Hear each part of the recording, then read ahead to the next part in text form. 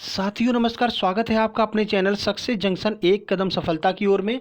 और हम लेकर के आ गए हैं आपके लिए एमपीपीएससी 2020 और 2021 की दृष्टि से अति महत्वपूर्ण एक टॉपिक है आपके यूनिट 8 का समसामयिक घटनाएं। देखिए, इसे करंट अफेयर्स भी कह सकते हैं और आपको हर एक प्रश्न के बारे में हम यहाँ पर डिटेल में जानकारी देंगे, जिससे कि अगर उससे संबंधित कोई अन्य प्रश्न भी आपको देखने को मिलता है तो आप बड़ी आसानी से सॉल्व करके आ सकते हैं। ठीक है, चलिए, इससे पहले हम 3 वीडियो अपलोड कर चुके हैं करंट अफेयर्स की। अगर आपने नहीं देखी है तो जा करके वो वीडियो जरूर देख लीजिए, क्योंकि आपकी परीक्षा की दृष्टि से अति महत्वपूर्ण है वो सारी की सारी वीडियो। चलिए, प्रश्न नंबर 31 की ओर चलते हैं।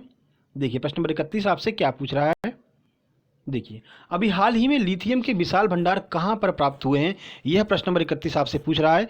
ऑप्शन ए है जादूगोड़ा, ऑप्शन बी है कोलार, ऑप्शन सी है मांड्या या फिर ऑप्शन नंबर डी है सोनभद्र। तो कहाँ पर लिथियम के विशाल भंडार प्राप्त हुए हैं, आइए इसका आंसर देखते हैं, फिर आपको पूरी जानकारी देते हैं। इस प्रश्न के बारे में एक एक जानकारी आपको दी जाएगी। देखिए, सही आंसर की बात करते हैं तो सी इसका बिल्कुल सही आंसर है, यानी कि मांड्या में जो है अभी लिथियम के विशाल भंडार पाए गए हैं। तो मांड्या कहाँ पर है, आइए देखते हैं। तो देखिए, अब हाल ही में मांड्या कर्नाटक में लिथियम के विशाल भंडार प्राप्त हुए हैं। अब देखिए, लिथियम की बात कर लेते हैं तो लिथियम सबसे हल्की धातु होती है। ठीक है, तो सबसे हल्की धातु कौन सी है, लिथियम सबसे हल्की धातु है। तो सर सबसे भारी धातु भी होती होगी, तो सबसे भारी धातु कौन सी है, ओस्मियम जो है वो सबसे भारी धातु है। अब बाकी की ऑप्शंस की बात कर लेते हैं तो जादूगोड़ा की बात करें, जादूगोड़ा कहाँ पर है, झारखंड में जादूगोड़ा स्थित है और अपने यूरेनियम भंडार के लिए फेमस है। ठीक है, कोलार की बात करते हैं, कोलार कहाँ पर है, तो कोलार जो कि कर्नाटक में स्थित है और सोने की खदानों के लिए फेमस है। वहीं सोनभद्र की बात करते हैं, जो चर्चा का विषय बना हुआ है सोनभद्र, तो सोनभद्र उत्तर प्रदेश में स्थित है और सोना प्राप्ति की यहाँ पर अफवाह हुई थी, यानी कुछ लोगों ने अफवाह फैला दी थी, यहाँ पर 2-3 टन सोना निकला हुआ है भाई। ठीक है, तो रात में सोना निकला और सुबह गायब, मतलब सोना था ही नहीं वहाँ पर, मात्र अफवाह फैला गई थी। लेकिन क्योंकि चर्चा का विषय बना हुआ है, आपसे पूछा जा सकता है कि सोनभद्र किस एक राज्य में स्थित है, तो आप आंसर दे सकते हैं उत्तर प्रदेश में स्थित है सोनभद्र। चलिए आगे चलते हैं प्रश्न नंबर 32 की ओर। प्रश्न नंबर 32 है, अभी हाल ही में प्रधानमंत्री नरेंद्र मोदी द्वारा दीनदयाल उपाध्याय की 63 फीट ऊंची प्रतिमा का अनावरण कहां पर किया गया है। ठीक है, महत्वपूर्ण प्रश्न है क्योंकि मोदी जी ने इसका अनावरण किया है और ऐसे प्रश्न आपकी परीक्षा में जरूर पूछे जाते हैं। ऑप्शन ए है इलाहाबाद, ऑप्शन बी है गोरखपुर, ऑप्शन सी है वाराणसी या फिर ऑप्शन नंबर डी है केवड़िया। चलिए देखते हैं आंसर क्या है इसका। सही आंसर सी, यानी कि वाराणसी में भी 63 फीट ऊंची प्रतिमा का अनावरण किया गया है। देखिए इसका डिस्क्रिप्शन क्या है, तो वाराणसी में प्रधानमंत्री नरेंद्र मोदी जी के द्वारा दीनदयाल उपाध्याय की 63 फीट ऊंची प्रतिमा का अनावरण किया गया। दीनदयाल उपाध्याय का जन्म 25 दिसंबर को हुआ था और इसी दिन के उपलक्ष्य में 25 दिसंबर को अंत्योदय दिवस मनाया जाता है। तो आपका एक दिवस वाला प्रश्न भी यहाँ से क्लियर हो गया कि अंत्योदय दिवस कब मनाया जाता है, तो 25 दिसंबर को अंत्योदय दिवस मनाया जाता है। ठीक है, अब यहाँ पर कुछ ऑप्शंस दिए हैं वो भी देख लेते हैं। तो इलाहाबाद, जिसका नया नाम बदल करके प्रयागराज कर दिया गया है, याद रखिएगा। अगली बात करते हैं तो गोरखपुर, गोरखपुर क्यों फेमस है अभी कुछ दिनों से, तो अशफाक उल्लाह खां के नाम से यहाँ पर एक जू खोला गया गोरखपुर में, इसलिए चर्चा का विषय बना हुआ है। वहीं केवड़िया की बात करते हैं तो केवड़िया क्यों फेमस है, तो केवड़िया में सरदार पटेल की 181 मीटर ऊंची प्रतिमा का यहाँ पर अनावरण किया गया, जो कि स्टैच्यू ऑफ यूनिटी जिसे कहते हैं, नर्मदा नदी के किनारे स्थित है। और किसने इसका जो है आर्किटेक्ट कौन है वहाँ के, तो राम सुतार मूर्तिकार जो है उन्होंने इसको डिजाइन किया है, याद रखिएगा। ठीक है, चलिए आगे बढ़ते हैं। प्रश्न नंबर 33, अभी हाल ही में मध्य प्रदेश के किस दिव्यांग तैराक को तेंजिंग नोर्गे नेशनल एडवेंचर पुरस्कार से सम्मानित किया गया। एमपी करंट का यह प्रश्न है। आज हमने जो है एमपी के भी कुछ करंट अफेयर्स को इसमें शामिल किया है। ठीक है, ऑप्शन ए है अरमान कुरैशी, ऑप्शन बी है सत्येंद्र लोहिया, ऑप्शन सी है मुस्कान किरार या फिर ऑप्शन नंबर डी है इनमें से कोई नहीं। चलिए आंसर देखते हैं, फिर पूरी जानकारी आपको देते हैं कि इसका आंसर क्या है। तो देखिए आंसर, सही आंसर है बी, यानी कि सत्येंद्र लोहिया को भी सम्मानित किया गया है। देखिए, अब इनके बारे में हम आपको पूरी जानकारी देते हैं, क्योंकि हम एमपीपीएससी दे रहे हैं और ये स्पोर्ट का प्रश्न बनेगा और करंट का भी प्रश्न बनेगा, तो इनके बारे में जानकारी होना बहुत अनिवार्य है। देखिए, 29 अगस्त 2020 दिव्यांग तैराक सत्येंद्र लोहिया को दिल्ली में आयोजित राष्ट्रीय खेल अलंकरण सम्मान समारोह में तेंजिंग नोर्गे नेशनल एडवेंचर पुरस्कार से सम्मानित किया गया। अब देखिए, इतनी ही देर में आपके 5 से 6 प्रश्न क्लियर हो गए। पहली बात, 29 अगस्त 2020 को क्या मनाया जाता है, तो खेल दिवस मनाया जाता है। किसकी याद में, तो मेजर ध्यानचंद की याद में मनाया जाता है। इस बार कहाँ पर मनाया गया, तो दिल्ली में मनाया गया। कौन सा सम्मान यहाँ पर दिया गया? तो राष्ट्रीय खेल अलंकरण सम्मान समारोह हुआ था, जिसमें तेंजिंग नोर्गे नेशनल एडवेंचर पुरस्कार प्रदान किया गया। किसे? सत्येंद्र लोहिया को, जो एक जो मतलब कि क्या है, तैराक हैं। ठीक है, चलिए आगे बढ़ते हैं। अब आपसे पूछा जा सकता है इनके गांव का नाम क्या है, या फिर कहाँ से बिलोंग करते हैं, ऐसा प्रश्न भी पूछा जा सकता है। तो यह ग्राम गाता मेहगांव भिंड के निवासी हैं। कहाँ के निवासी हैं? भिंड के निवासी हैं। अब देखिए कुछ और स्पेशलिटी इनकी। तो 2017 में इंग्लिश चैनल को मात्र 12 घंटे 24 मिनट में पार करके लिम्का बुक में अपना नाम दर्ज कराया था। ठीक है, तो ये एक प्रश्न क्लियर हुआ। उसके बाद अभी हाल ही में 11 मिनट 34 सेकंड में अमेरिका का कैटरीन चैनल भी इन्होंने पार किया है, इसलिए और ये चर्चा का विषय बने हुए थे। अब यहाँ पर सीएम शिवराज सिंह चौहान ने 5 लाख रुपए सम्मान राशि देने की इनको घोषणा की है। तो देखिए मात्र इतनी देर में आपको कम से कम 8 से 10 प्रश्न आपके यहाँ से वन लाइनर फैक्ट भी क्लियर हो गए। ठीक है, चलिए आगे बढ़ते हैं। अब इसको आप क्या करेंगे, पीडीएफ डाउनलोड करेंगे टेलीग्राम चैनल से, और वीडियो देखेंगे और पीडीएफ देखेंगे, पीडीएफ से रिवाइज करेंगे, सारी चीज़ें आपकी क्लियर हो जाएंगी। सर पीडीएफ कहाँ पर मिलेगी? तो टेलीग्राम चैनल पर आपको पीडीएफ मिल जाएगी। टेलीग्राम ऐप पर जाइए, वहाँ पर सर्च कीजिए सक्सेस जंक्शन, हमारा लोगो आपको देखने को मिल जाएगा, उसको जा करके आप ज्वाइन कर लीजिए। और अगर आप चाहते हैं तो यहाँ पर डिस्क्रिप्शन बॉक्स में भी उसकी लिंक दी हुई है, वहाँ से भी आप जा सकते हैं। ठीक है, चलिए प्रश्न नंबर 34 आपसे पूछा जा रहा है, निम्न में से मुख्यमंत्री और राज्य का कौन सा जोड़ा गलत है? यह आपसे पूछा जा रहा है। आइए देखते हैं, ऐसे प्रश्न अक्सर पूछ लिए जाते हैं। देखिए, ऑप्शन ए है झारखंड अजीत जोगी, ऑप्शन बी है मध्य प्रदेश शिवराज सिंह चौहान, ऑप्शन सी है महाराष्ट्र उद्धव ठाकरे, या फिर ऑप्शन नंबर डी है दिल्ली अरविंद केजरीवाल। आइए आंसर देखते हैं।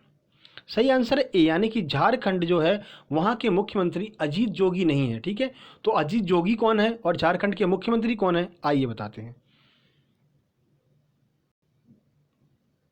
तो झारखंड के वर्तमान मुख्यमंत्री हेमंत सोरेन हैं।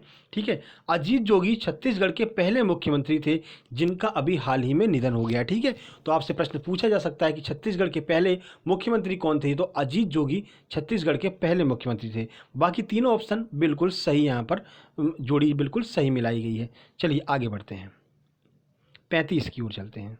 देखिए, यह भी आपसे बहुत ज़्यादा महत्वपूर्ण प्रश्न है कि फिल्म फेयर पुरस्कार 2020 के संबंध में असत्य कथन छाटिए।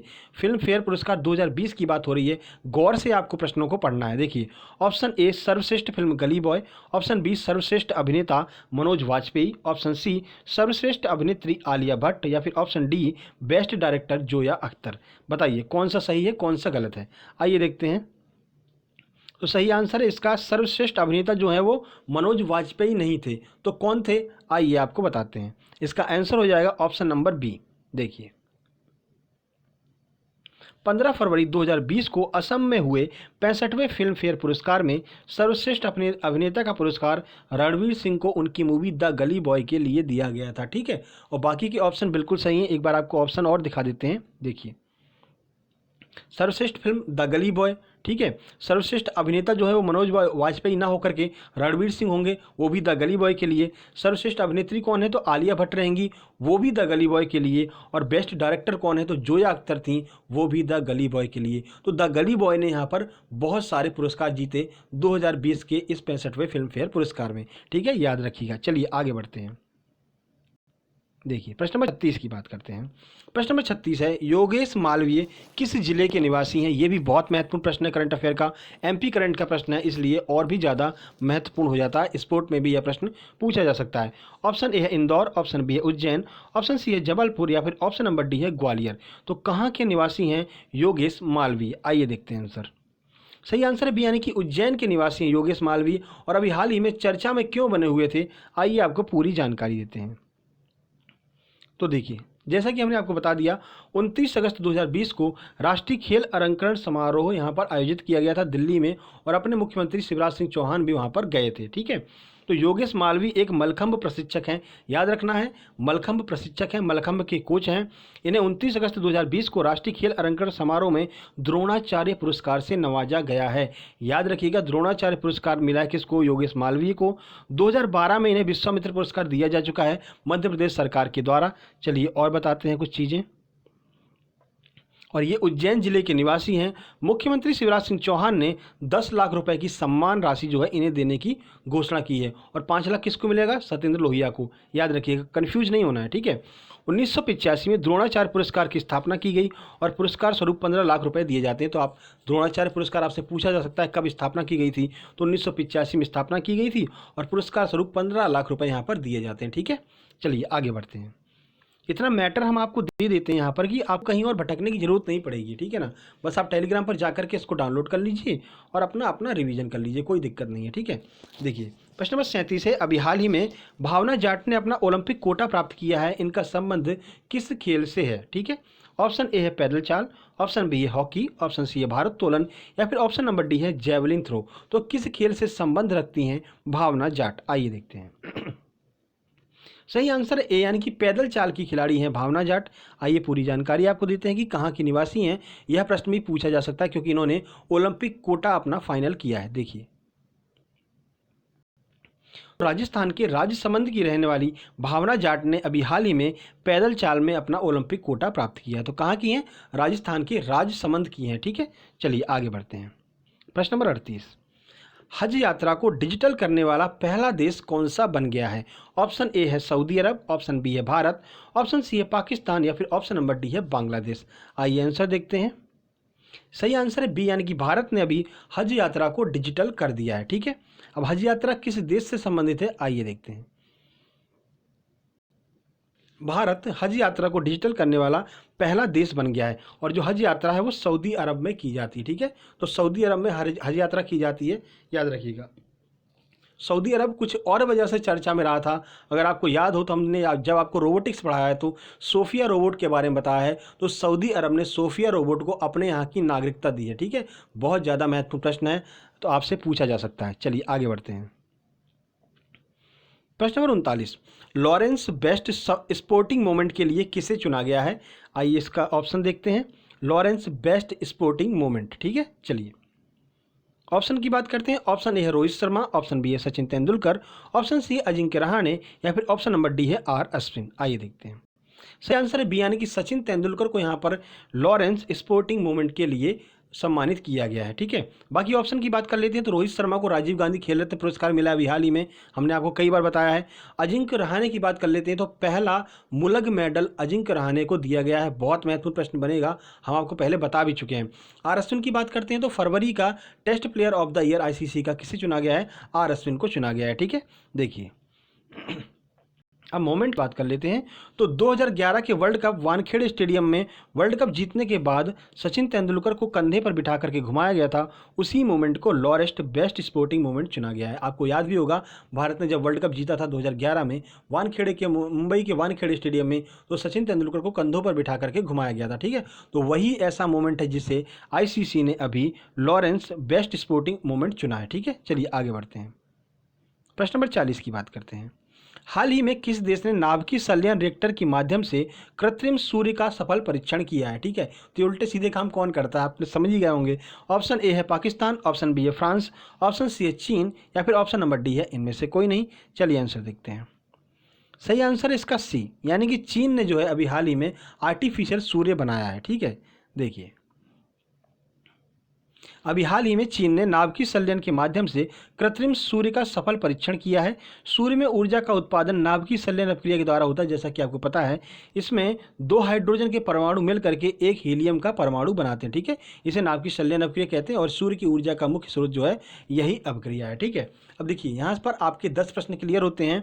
वीडियो अगर आपको पसंद आए तो वीडियो को लाइक कर दीजिए, दोस्तों के पास शेयर कर दीजिए, चैनल को सब्सक्राइब कर लीजिए अगर आप चैनल पर पहली बार आए हैं, और नोटिफिकेशन बेल जरूर दबा लीजिएगा। अति महत्वपूर्ण है आपके लिए नोटिफिकेशन बेल दबाना।